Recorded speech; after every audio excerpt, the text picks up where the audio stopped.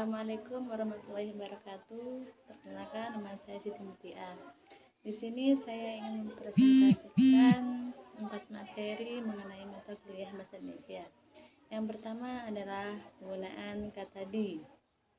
Yang kedua adalah pengembangan dan pembinaan bahasa Indonesia. Yang ketiga adalah fungsi dan kedudukan dari bahasa Indonesia. Yang terakhir adalah ragam bahasa. Yang pertama adalah penggunaan kata di. Penggunaan kata di itu ada 2 macam. Yang pertama adalah di sebagai kata depan atau nama lainnya adalah preposition. Di ini biasanya digunakan untuk menunjukkan waktu, tempat, dan suasana. Dan penggunaannya dipisah. Contohnya di sekolah, seperti saya sekarang di pesantren. Nah, itu penggunaannya dipisah. Terus yang kedua adalah di yang berkedudukan sebagai imbuhan kata kerja pasif. Di ini biasanya penggunaannya adalah digabung seperti dimakan, diminum, itu. Yang kedua adalah pengembangan dan pembinaan bahasa Indonesia. Mengapa kita perlu pembinaan dan pengembangan bahasa Indonesia? Karena warga Indonesia masih banyak yang belum bisa menggunakan dan memahami bahasa Indonesia itu.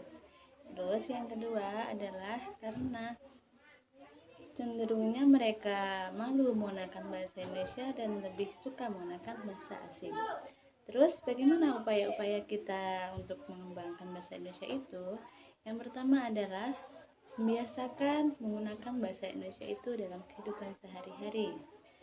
Kemudian kurangi menggunakan bahasa asing dan jangan malu menggunakan bahasa Indonesia. Serta gunakanlah bahasa Indonesia pada forum-forum formal seperti mengajar, berpidato, begitu. Terus yang ketiga adalah fungsi dan kedudukan dari bahasa Indonesia. Apa itu kedudukan dari bahasa Indonesia? Bahasa Indonesia itu, yang pertama, bahasa Indonesia adalah sebagai identitas bangsa. Yang kedua adalah sebagai lambang kebangsaan bangsa Indonesia. Terus, apa itu fungsi dari bahasa Indonesia itu? Sebagai pemersatu bangsa Indonesia. Karena bangsa kita adalah bangsa yang heterogen, banyak suku, banyak suku lah. Jadi dengan bahasa Indonesia itu kita bisa bersatu. Terus yang terakhir adalah ragam bahasa. Apa itu ragam bahasa? Ragam bahasa ialah variasi bahasa menurut pemakaian yang berbeda-beda, menurut topik yang dibicarakan, menurut hubungan pembicara, kawan bicara, orang yang bicarakan. Terus tempat bahasa Indonesia itu pada umumnya pemakaiannya itu ada 2. Yang pertama adalah bahasa Indonesia yang baku, biasanya digunakan pada forum formal atau forum resmi, biasanya seperti mengajar, berpidato, yaitu menggunakan bahasa Indonesia yang baku. Terus yang kedua adalah bahasa Indonesia yang tidak baku, biasanya digunakan untuk kehidupan sehari-hari seperti kita bicara pada teman, bicara pada orang tua, itu menggunakan bahasa Indonesia yang tidak baku. Ya, mungkin itu saja yang dapat saya sampaikan dan saya presentasikan.